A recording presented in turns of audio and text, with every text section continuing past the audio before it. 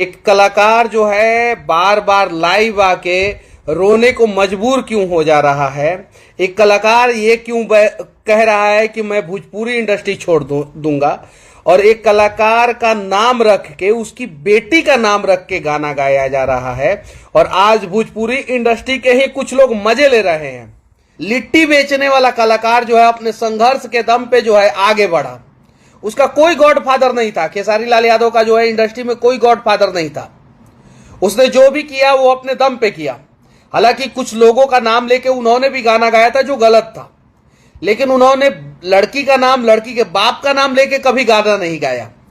अब जो हो रहा है वो उससे भी ज्यादा गलत हो रहा है, और कहीं नहीं तो कहीं ये गलत है, और इसका विरोध आज ही आप लोग कीजिए।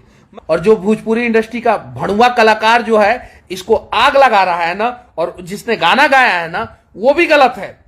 उस कलाकार को जो जूता मार के आप लोग भोजपुरी इंडस्ट्री से निकाल दीजिए। सभी लोग, सभी भोजपुरी इंडस्ट्री के कलाकार जो है इन सब चीजों का विरोध करें। और खेसारी लाल यादव जी, हम अब आपके साथ हैं। क्यों? क्योंकि इस बार आप गलत नहीं हैं। और जब गलत थे खेसारी लाल यादव जी, तो मैं लाइव आके आपका विरोध किया था, और अभी भी मैं वो वीडियो डिलीट नहीं किया हूं।